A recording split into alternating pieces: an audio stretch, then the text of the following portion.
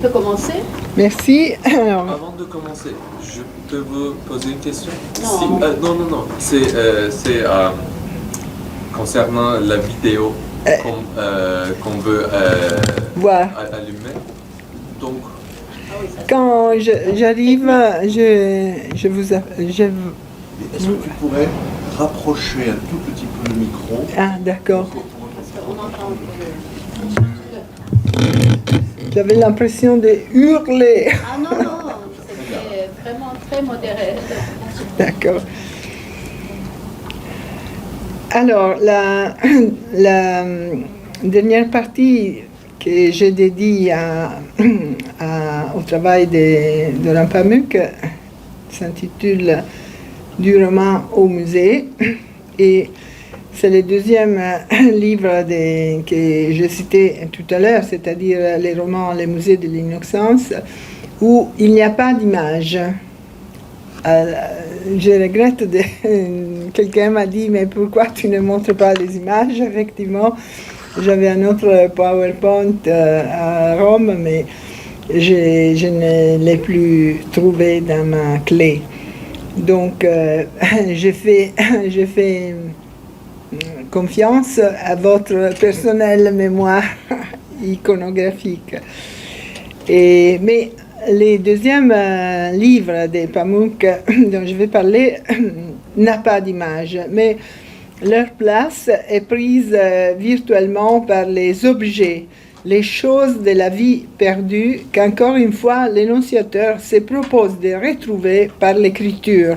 Et cette fois, la construction d'un véritable musée dans un jeu d'énonciation qui affirme l'authenticité comme valeur. L'authenticité de ce qui est dit se transfère en ce qui est fait jusqu'à coïncider.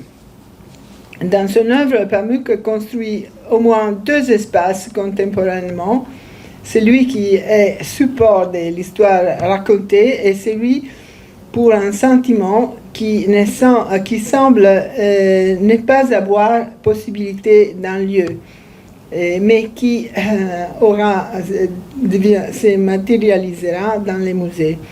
Le jeu entre le lieu, entre les maisons et les ambiances du roman va dessiner un plan d'Istanbul qui est colorié des valeurs et des passions très différentes entre eux, qui en surface ne communiquent pas, mais en réalité sont étroitement connectés. Et je pense que vous connaissez l'histoire de ce roman. Vous connaissez l'histoire du musée de l'innocence? Non? Et c'est celle de Kemal, le héros, c'est l'exposant de la jeunesse dorée de la Istanbul années 70, qui est fiancé avec une fille de sa couche sociale, mais en même temps il vit une intense et très difficile histoire sentimentale avec une autre fille qui est beaucoup plus pauvre, et qu'il croit de ne pas pouvoir marier parce qu'elle appartient à une autre couche sociale. Mais c'est une histoire finalement tragique, je ne vais pas raconter les détails, mais pour se compenser des moments d'absence de la fille qu'il aime, il commence à collectionner chaque objet qu'elle a touché ou qui appartient à la sphère de sa vie, comme une sorte d'obsession croissante. Et finalement, décidera de recueillir, ordonner tout ça dans un musée.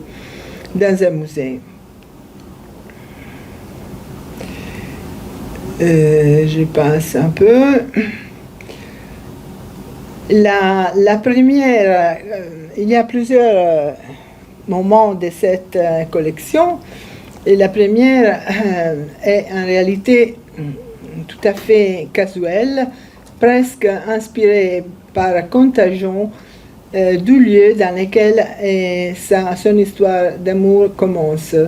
C'est un vieux appartement de famille qui s'appelle Palais de la Pitié, une espèce de limbe spatiale où la mère de Kemal, laissait les objets et les vêtements qu'elle n'utilisait plus sans les jeter explicitement. Et ici que se développe l'histoire d'amour entre Kemal et Füsun. Et ici, en son absence, il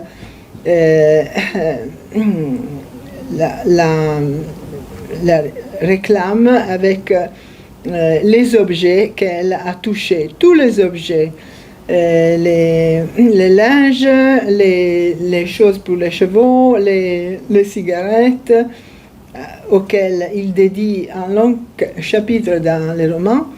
Et chacun de ces objets est associé par les souvenirs à un moment précis. Et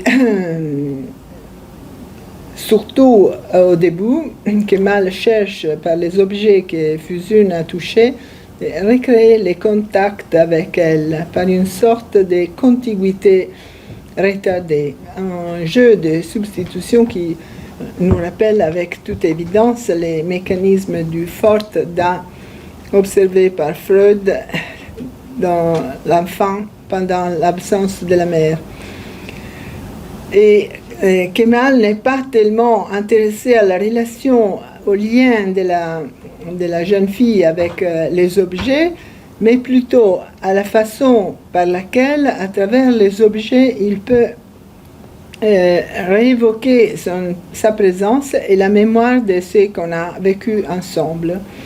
Les passés, il écrit, pénètrent dans les objets et les remplit comme une âme.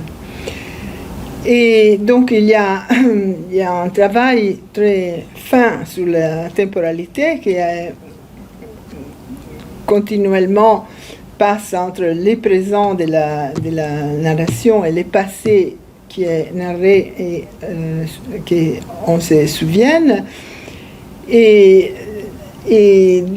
finalement donne son titre à un chapitre à la moitié du roman. Et la référence à Proust, évidemment, et à la recherche du temps perdu est continuelle. Pamuk suit les pas de Proust en dédiant son œuvre à la Turquie de sa jeunesse. Il y a une série de citations explicites, mais aussi des parallélismes entre les deux œuvres à chaque niveau de l'organisation textuelle. Et Proust, d'autre côté, de Proust vient l'idée du mnémotope par excellence, la Madeleine, qui est capable de ressusciter la mémoire involontaire ou perdue. Et donc, je ne veux pas insister là-dessus, mais en effet, chaque objet qu'il recueille, très souvent, rappelle un moment heureux. On pourrait dire que Kemal est d'abord un collectionneur des moments, d'instants. Si le temps porte douleur et n'a pas de sens en tant que ligne qui conduit à la mort, les instants singuliers peuvent nous donner une félicité qui n'est pas finie. Et pour collectionner ça, j'ai apporté avec moi tous les petits et grands objets qui Füsun avait touchés. C'est pour ça que dans les musées, je ne sais pas si c'est vrai, il y a une maquette de la maison où habitait cette fille. Et voilà. Mais pourquoi les livres s'appellent Musée de l'innocence? L'histoire qui est narrée est celle d'une culpabilité de l'amour qui est transformé en en culpabilité par l'ambiance sociale et la mentalité qu'elle a produit. L'idée du musée se configure ici comme une façon de réparer à cette culpabilité et un parcours de récréation de l'innocence perdue. Dans le roman, Kemal retrouve son innocence et la offre à ses lecteurs en se souvenant des moments heureux qu'il a passés dans cette maison.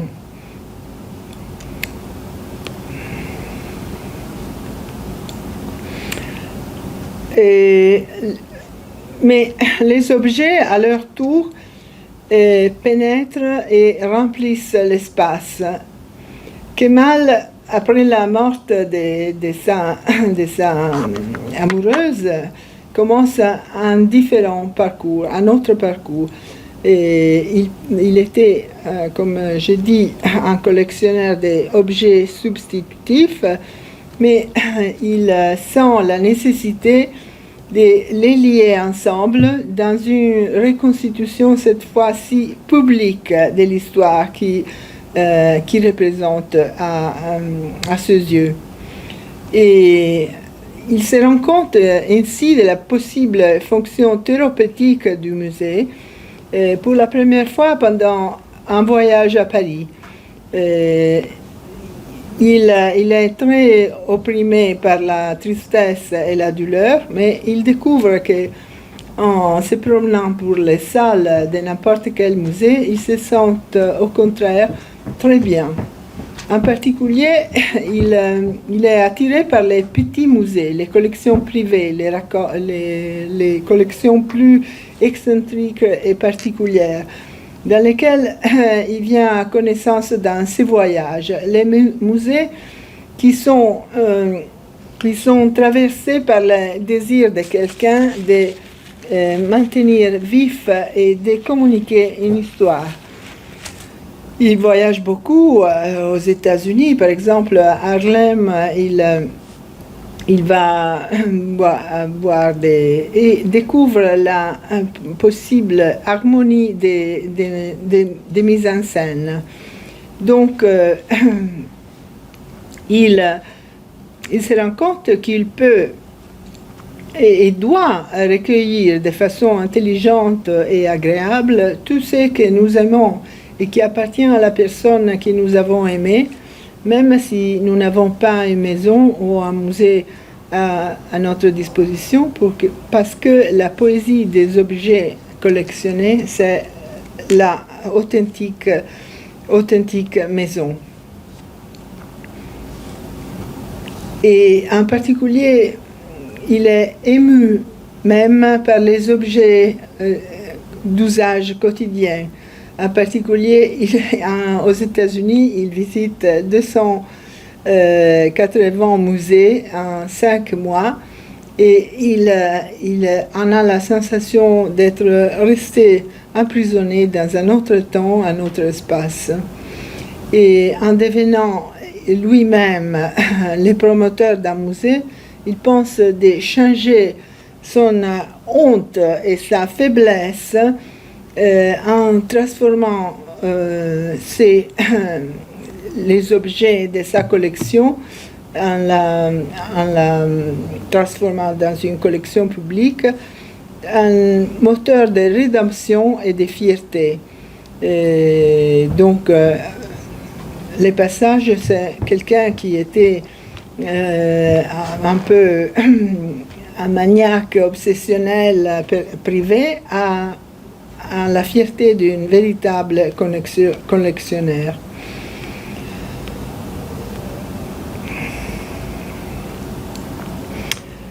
Et dans les musées, il ne s'agit pas de prouver de l'admiration pour les objets qui sont exposés, mais de comprendre ce qu'ils signifient. Et compatir les émotions qu'elles accueillent. Même la félicité qu'ils peuvent y évoquer. Et il dit, je cite, les véritables musées sont lieux où le temps s'est fait espace, donc où le temps est traduit en espace. D'ici l'idée de donner à chaque objet un rôle dans son histoire et de les disposer de façon qu'il puisse guider le visiteur dans son histoire et participe ainsi de son propre vécu.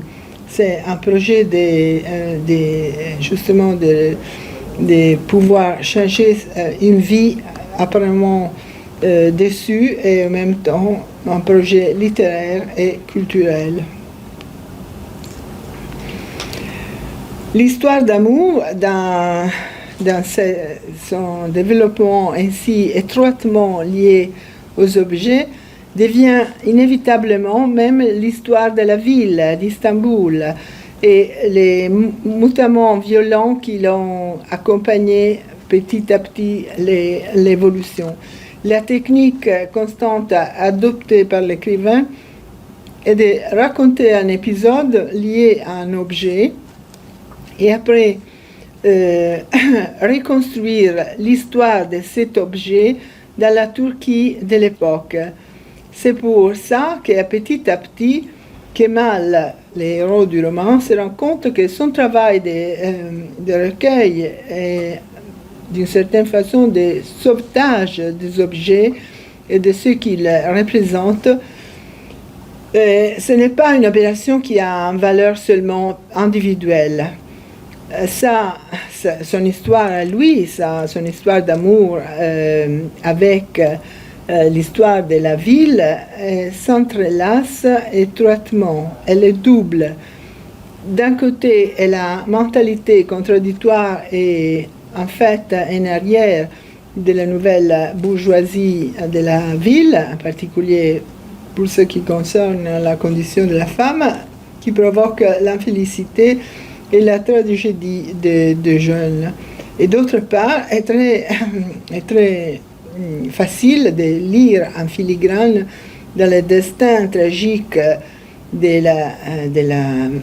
la fille, le destin de la ville qui est prise et laissée soumise à de violentes transformations comme les incendies des villes sur le Bosphore ou abandonnée pour une négligence générale sans attention pour son identité et son extraordinaire passé. Dans les projets de Kemal Pamuk, histoire personnelle et histoire culturelle s'interprenaient jusqu'à devenir indistinguables. La référence à l'approche muséale anthropologique est presque explicite et c'est très facile de le référer par exemple au travail de James Clifford et à son idée de musée comme reconstruction d'un spécifique chronotope, c'est-à-dire d'une unité spatio-temporelle capable d'avoir une portée réflexive, de parler, c'est-à-dire des motifs de sa propre constitution, et cette conception, c'est très loin de l'idée d'un musée comme une ambiance objectivante, froide, monumentale et impersonnelle, dans laquelle les objets soient des proies ou des fétiches décontextualisés et éracinés du travail de recherche, de découverte et acquisition qu'il y a porté à l'intérieur du musée. Et effectivement, la maison-musée imaginée par Pamuk semblerait posséder cette dimension réflexive, la capacité de représenter l'épaisseur d'une histoire et de spécifier les motifs et les critères d'une collection. Clifford présente cette solution comme la bonne alternative au collectionnisme de l'obsessif et de l'avare, la la pulsion très occidentale de l'accumulation et du fétichisme qui est sublimée par une conduite pédagogique édifiante, et c'est-à-dire dans une possession soumise à des règles qui impliquent que les trésors personnels deviennent publics.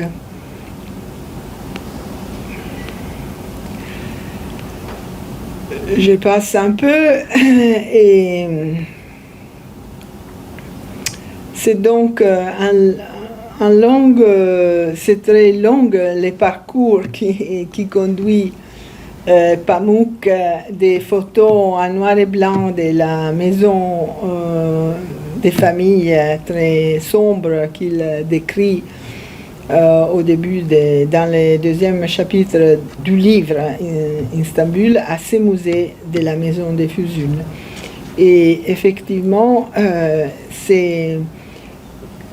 au début, il imaginait que les salles des maisons de la bourgeoisie turque qui étaient marquées par un désir superficiel d'être à l'occidental, il pensait que tous ces objets étaient exposés non pas pour la vie, mais pour la mort. Et maintenant, finalement, il change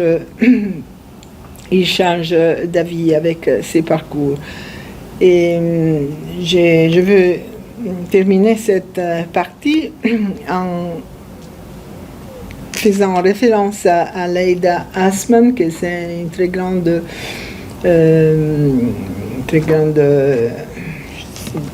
travailleuse sur la mémoire, et qu'elle nous dit que les lieux en forme de soi-même, les styles de vie et d'expérience des hommes, presque au même temps qu'ils investissent dans les lieux, dans l'espace, leur tradition et leur histoire. Donc, les lieux de la mémoire est ce qui reste de ce qui n'existe plus, des fragments qui sont explosés d'un contexte de vie perdue, mais ce qui reste devient élément d'une histoire et point de repère d'une nouvelle mémoire culturelle. Ainsi, dans la pietas vers le passé perdu, le temps se condense dans l'espace, en lieu de la discontinuité dans laquelle on a gardé quelque chose qui n'existe plus, mais qui, en quelque façon, peut revenir à d'avoir un sens. Et voilà, avec cette belle citation, je termine cette partie sur votre ville, votre écrivain. Vous me direz qu'est-ce que vous en pensez. Et je vais passer maintenant à la dernière partie parce que je pense que on a temps. À ce que j'ai nommé au début la méta-nostalgie, et nostalgie, ce que j'appellerais la nostalgie productrice. Pardon, je vais retrouver mon texte.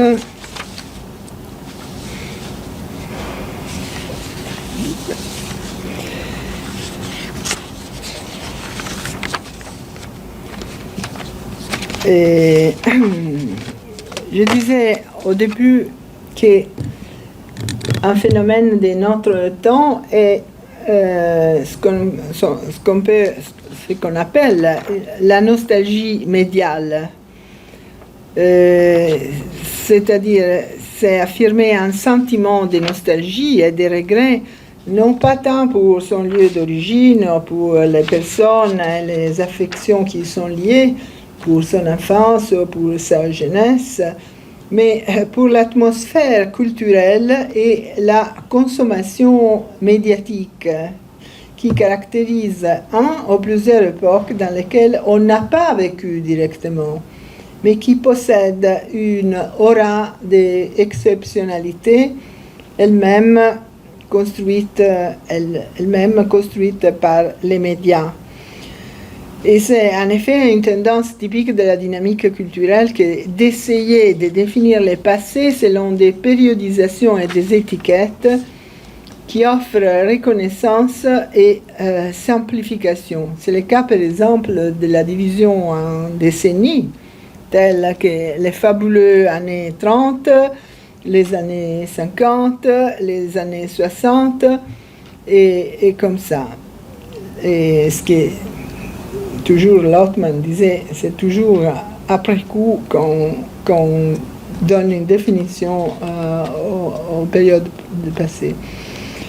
La chansonnette montagnarde de l'appel des vaches suisses, dont parlait Rousseau, qui faisait pleurer les militaires, les soldats éloignés de leur patrie, plus la grande saison de l'opéra, triomphe des passions, ont ainsi été remplacés par divers produits médiatiques, c'est-à-dire d'une part les chansons, les scénarios, les films cultes de sa propre jeunesse, et d'autre part tous ceux de la jeunesse des autres, non vécus personnellement. Ce que montre l'énorme diffusion des tendances vintage dans tous les domaines. Il y a un livre là-dessus, par exemple, qui s'appelle... Non, c'est pas ça. C'est de mes collègues de Bologne qui s'appelle Passione Vintage, les goûts pour le passé dans les consommations des films et les séries télévisuelles, où elles ont fait un énorme travail de typologie des différentes esthétiques qu'on peut repérer à travers les corpus, en particulier des films, et dont je ne vais pas insister là-dessus, mais vous savez que ça existe. Et par exemple, il y a des critiques qui sont par exemple de la musique. Il y a un critique qui s'appelle Simon Reynolds qui a consacré un livre au sujet de ça, qui s'appelle Retromania, Pop Culture's Addiction to its Own Past, dans lequel il analyse en particulier la sphère de la musique pop, bien qu'il n'hésite pas à considérer qu'il s'agit d'un phénomène pratiquement global que l'on retrouve dans tous les secteurs de la consommation culturelle, donnant à cette expression un sens large que l'on peut ajouter à la configuration lexicale de la nostalgie que nous avons vue au début de cette présentation. Le terme rétro, il écrit, a un sens spécifique. Il fait référence à une manie consciente pour un style d'une autre époque, musique, vêtements, design, qui s'exprime de manière créative par le biais du pastiche et de la citation. Au sens plus strict, les rétros tendent à indiquer le territoire des esthètes, des connaisseurs et des collectionneurs, des personnes douées d'une culture presque académique, combinée à un sens subtil de l'ironie. Donc, vous voyez, nous passons du sérieux au pastiche et à l'ironie. Et Reynolds est en particulier un expert de la musique et de la culture pop, mais Greimas aussi se demandait dans son essai pourquoi la musique a ce pouvoir conducteur particulier de la nostalgie. Et Reynolds écrit à ce propos: les liens de la musique pop avec le présent expliquent sa capacité inégalée à incarner l'atmosphère d'un moment historique donné. Au cinéma et à la télévision, rien ne réussit à évoquer la saveur d'une époque révolue autant que les chansons de l'époque. Et peut-être tu peux m'aider à montrer les... Et à ce propos, je vais vous montrer les débuts d'un film que sûrement vous connaissez.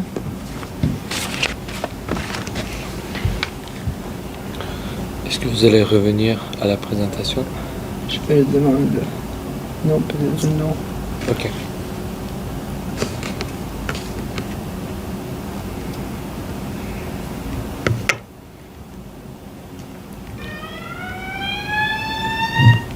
Ok. Donc, si vous aimez bien. Oui, merci.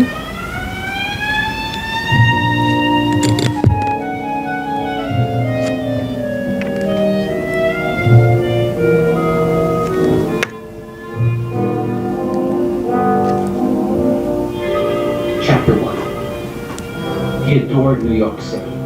He idolized it all out of proportion. No, make that he romanticized it all out of proportion. Yeah. To him, no matter what the season was, this was still a town that existed in black and white and pulsated to the great tunes of George Gershwin. Now let me start this off. Chapter 1. He was too romantic about Manhattan, as he was about everything else. He thrived on the hustle-bustle of the crowds and the traffic. To him, New York meant beautiful women and street-smart guys who seemed to know all the angles. Too corny for my taste. let me try and make it more profound. Chapter 1. He adored New York City. To him, it was a metaphor for the decay of contemporary culture. The same lack of individual integrity that caused so many people to take the easy way out was rapidly turning the town of his dreams into... It's going to be too preachy. I mean, let's face it, I want to sell some books there. Chapter 1. He adored New York City, although to him it was a metaphor for the decay of contemporary culture. How hard it was to exist in a society desensitized by drugs, loud music, television, crime, garbage. Too angry. I don't want to be angry. Chapter 1. He was as tough and romantic as the city he loved. Behind his black-rimmed glasses was the coiled sexual power of a jungle cat. I love this. New York was his town, and it always would be.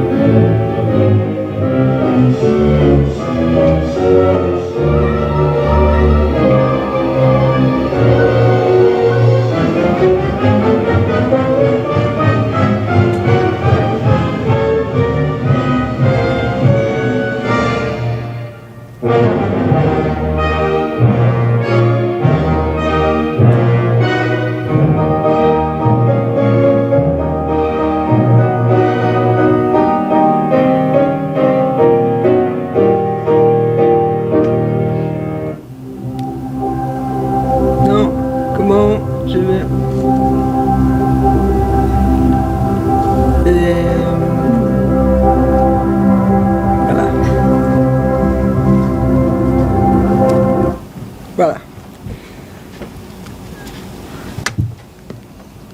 Alors, c'était Manhattan de Woody Allen. Je pense que vous l'avez reconnu. Je pense, je ne suis pas seulement moi qui le pense. Merci. C'est un des plus beaux incipit des films de notre...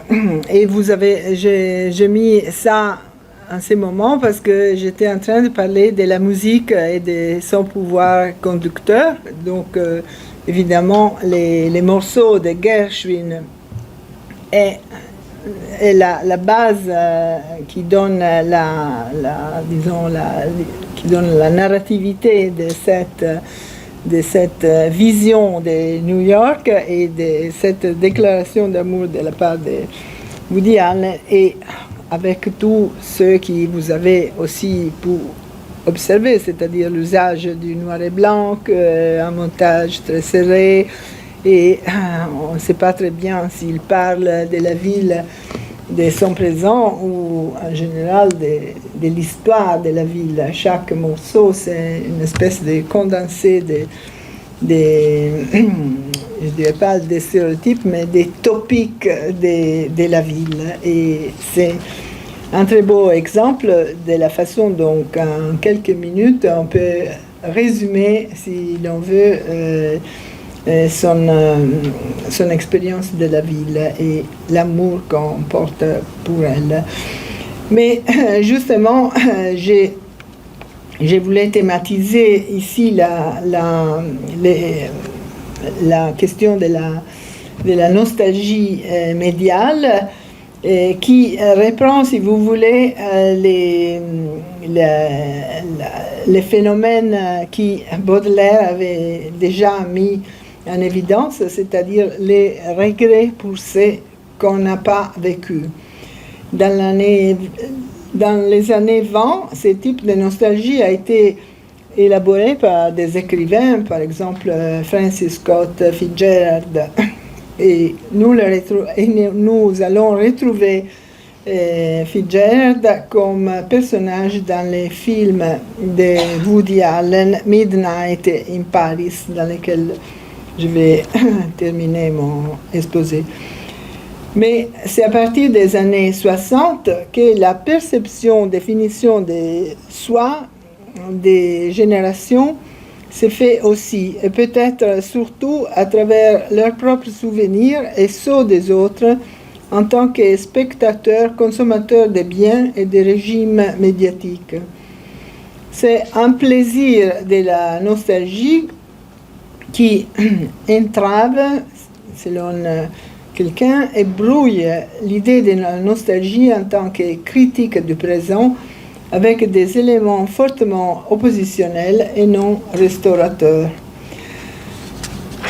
La diffusion de ce type de nostalgie est massive et s'exprime notamment à travers la musique et les chansons pop, comme je disais, pensons à Yesterday des Beatles, au rock américain, Bruce Springsteen. Et en ce qui concerne les cinémas, analysés, comme je le disais, à travers un corpus très significatif par Panosetti et Pozzato, il s'accompagne souvent d'un lien étroit avec d'autres véhicules nostalgiques, tels que, outre la musique, la mode et le design. Et en effet, je ne sais pas si vous connaissez la série Mad Men, qui a été, si on veut, les géniteurs de la vague vintage que nous vivons. Et le cas que finalement je voudrais brièvement évoquer ici est quelque peu différente de ceux mentionnés ci-dessus. La nostalgie est représentée comme un sentiment éminemment dysphorique et dans des genres textuels qui tendent à être dramatiques. Et je me réfère en particulier au film Midnight in Paris, toujours de Woody Allen de 2011, dans lequel la nostalgie et où le culte rétro qui en découle bascule dans les genres comiques et où, en outre, elle est à l'origine d'une réorientation positive du sujet héros protagoniste, plutôt qu'impliquer l'alanguissement et la diminution de l'être, comme une des définitions de Grinas nous indiquait. Et en général, la nostalgie, ou en tout cas la rétromanie, est fortement présente dans les cinémas de Woody Allen. On peut dire qu'elle est un trait significatif. Certainement, Sa filmologie pourrait être ajoutée au catalogue des textes rétromaniaques. Et ces comédies, souvent très cultivées, sont fortement orientées vers la citation, la parodie, les pastiches. Je pense à Amour et guerre de 1975, que c'est un remake hilarant de Guerre et paix, selon un mélange bien organisé de nostalgie individuelle et culturelle, de lieux et d'époque, qui exige un spectateur avisé et complice. Dans un autre de ces films, Melinda et Melinda, les réalisateurs démontrent même clairement et habilement comment la même fabula, la même petite histoire, les vicissitudes de l'infortuné protagoniste, peut être traitée discursivement et alternativement dans une tonalité comique et dramatique. Dans Midnight in Paris, tout cela est thématisé de manière absolument discrète, la nostalgie étant comprise comme une critique du présent et la recherche de sa propre maison dans le passé ou ailleurs étant le thème principal du film. Pendant ce temps, Paris, le film commence par une séquence célébrant la vie, toujours dans une perspective de citation à la fois personnelle et cinéphile. Il y a, comme dans New York et Manhattan, une déclaration d'amour de la part du réalisateur qui s'inscrit dans la longue tradition de mythologisation de la capitale française et de son mode de vie, aussi brillant soit-il, créé par les réalisateurs américains, à commencer par un Américain à Paris de 1951, de Vincent Minnelli. Et la bande-annonce du film, en effet, thématise précisément la relation entre l'espace et le temps dans la ville à différents moments de la journée. Paris le matin, c'est beau, Paris l'après-midi, c'est merveilleux, et surtout de la nuit. Paris la nuit, c'est magique. Donc, dans ce film, la nostalgie est représentée comme un sentiment éminemment dysphorique et dans des genres textuels qui tendent à être dramatiques. Mais, pardon, non, j'ai mal lu. Dans ce film, au contraire, les cultes rétro basculent dans les genres comiques et où on est à l'origine d'une réorientation positive du héros protagoniste, au lieu d'impliquer la langueur et l'amoindrissement de son propre être.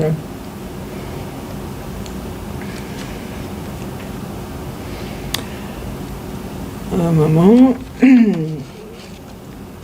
Et les héros ici s'appelle Jill Pender, c'est un scénariste à Hollywood et il est fiancé à une américaine riche et conformiste qui rêve de vivre avec lui à Malibu.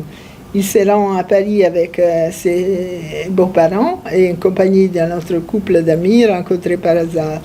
Mais en réalité, Gilles aimerait vivre à Paris, écrire un roman et non des scénarios pour des émissions de télévision, fréquenteur d'autres gens. En particulier, il voudrait être ami des artistes et des écrivains du Paris des années 20 qui constituent son mythe personnel. Et c'est ainsi que pendant la nuit, alors qu'il se promène tout seul, un calèche et puis une voiture de collection les transportent dans un monde auquel il aspire, où il se retrouve en compagnie de ses mythes et il est même introduit dans les salons de Gertrude Stein, qui lui offre sa protection et les conseils sur son roman, ainsi que Hemingway, Scott Fitzgerald et sa femme Zelda, Buñuel, Picasso, Matisse, Salvatore Dali, Man Ray, Cole Porter et bien d'autres encore. Les noyaux d'inspiration du film se trouvent peut-être dans une nouvelle publiée par Woody Allen dans le recueil Getting Even, intitulé Mémoire des années 20. Dans ce récit, écrit à la première personne, le narrateur, s'amusant un peu avec des lieux et des personnages célèbres, s'imagine vivre à cette époque, fréquenter les boîtes de nuit et les combats de boxe avec Hemingway, discuter d'art et de littérature et être un des artistes de son cercle. Ils ont en commun de se sentir mal à l'aise dans leur époque, non pas par snobisme, mais par vocation, dans la meilleure tradition de distanciation par rapport à l'époque et aux valeurs typiques de la société commerciale et de masse à laquelle elle-même appartient. Mais pourquoi cette ville et cette époque? La Paris des années 20 est celle des exilés américains, vétérans de la Première Guerre mondiale, et des artistes européens qui s'y concentrent dans l'intervalle qui précède la Seconde Guerre mondiale. C'est un lieu d'actualité qui représente un choix de terrain peuplé d'hommes et de femmes avec lesquels on entre en contact, avec lesquels on se compare, dans le but pas si secret de se refaire une virginité, de repartir avec un projet de vie que l'on estime plus authentique et plus conforme à son propre sentiment. Une sorte d'inspiration élevée est certainement Hemingway, pour qui Paris est une fête mobile continue, selon les titres attribués à son dernier roman inachevé, parce qu'il s'est suicidé avant de les terminer, en 1961, consacré à ces années de jeunesse passées dans la ville, 1921 et 26. La référence de Woody Allen à ce texte est plus qu'un champ de citations. Les scénarios par endroits semblent presque être une coulée du roman. Ce qui, lu aujourd'hui, a un peu le même effet que les films de Woody Allen, par la pléthore de personnages, des situations et des traits de la vie quotidienne qu'il a contribué à rendre légendaire. Je me réfère au livre de Hemingway. L'écriture de Hemingway est souvent à la limite du journal intime. Il s'est, en fait, pour écrire Paris, fête mobile, s'est appuyé sur une valise de documents qui lui sont arrivés de façon imprévue et dans lequel il précise avec une extrême précision le déroulement de ses journées, les cafés, les lieux de rencontres fréquentés, les plats mangés, les vins bu, leur quantité, les personnes rencontrées, les conversations tenues, rapportées blague après blague. Le tout dominé par l'attention de l'écriture et de sa réussite. Si Paris était alors le meilleur endroit pour écrire, voici les dérives métropolitaines entre des noms de lieux dotés d'une aura qui perdure jusqu'à aujourd'hui. Les cafés, des lilas et tout ça. Plusieurs chapitres du livre sont consacrés à Scott Fitzgerald, avec qui Hemingway a développé une solide amitié et à ses insécurités, à ses manies et à ses relations troubles avec Zelda. En ce sens, le temps qui s'est écoulé depuis sa production a rendu la lecture actuelle du texte un effet de minimation de ces personnages désormais mythifiés. Et à certains moments, il apparaît même comique, tout comme Woody Allen. Le style sec et antiphrastique, parfois sarcastique d'Hemingway facilite cet effet. Le texte ne se laisse pas trop aller à l'expression, à la complaisance typique de l'attitude nostalgique, mais sa rédaction n'a certainement pas eu d'effet thérapeutique sur l'écrivain qui justement s'est suicidé après l'avoir écrit. Et d'autre côté, le film de Woody Allen est devenu à son tour un terrain d'exercice pour les amateurs de chasse aux citations, une activité qui s'inscrit pleinement dans la construction socio-médiatique de la nostalgie. Les utilisateurs du texte nostalgique sont invités à les reconnaître et à s'identifier. Ainsi, un groupe partageant la même passion et la même expertise, au point de jouer avec eux, d'entrer dans les défis et la compétition. Il existe plusieurs sites web qui sont consacrés au film, où l'on cite des répliques célèbres, où l'on compare des photographies de personnages réels avec les plans du film et tout ça.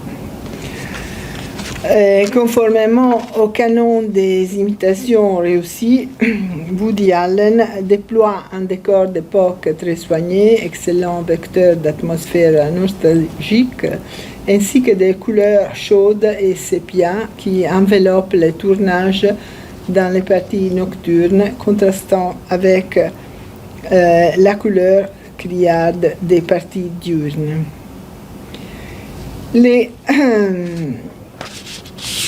Le défi de ces films est similaire à celui de Jay Gatsby dans le roman du même nom, lorsqu'il déclare « Le passé ne peut être pas répété, bien sûr que si, même si c'est sur le ton de l'humour ».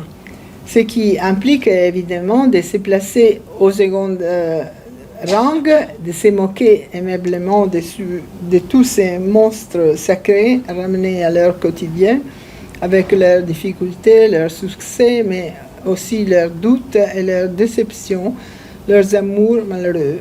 Il ne s'agit pas de les moquer ou de les démonumentaliser, mais de les avoir comme amis médiatiques et conseillers affectueux.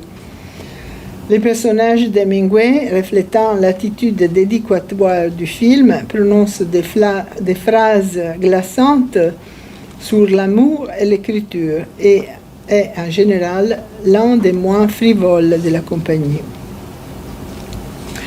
Umberto Eco, dans un essai où il compare certaines idées reçues sur la différence entre les tragiques et les comiques, observe que dans l'humour, la description de la règle devrait apparaître comme une instance, même cachée, d'énonciation.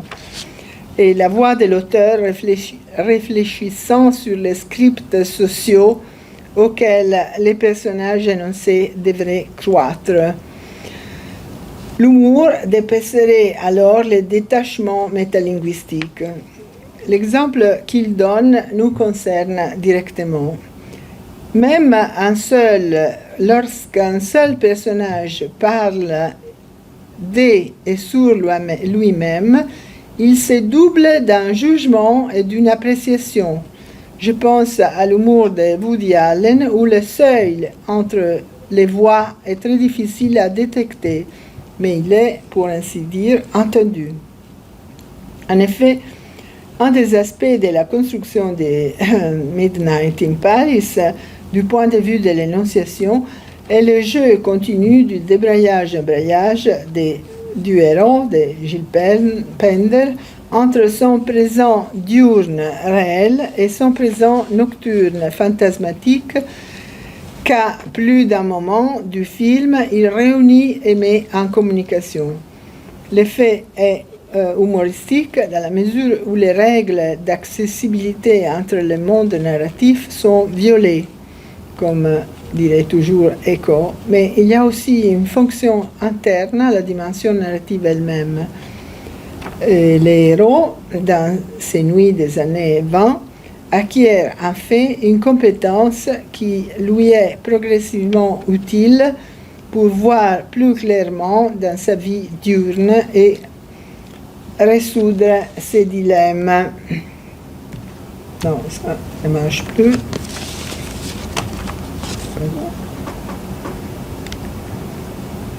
Ça ne marche plus. Non, c'est bloqué, mais ça fait bien. Non, il y a une typologie toujours des collègues. Ok.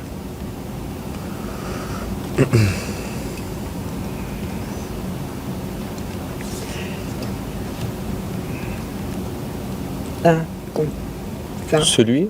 Oui, ça. Ah, ok. Et elles y inscrivent ces films qui fait partie de leur corpus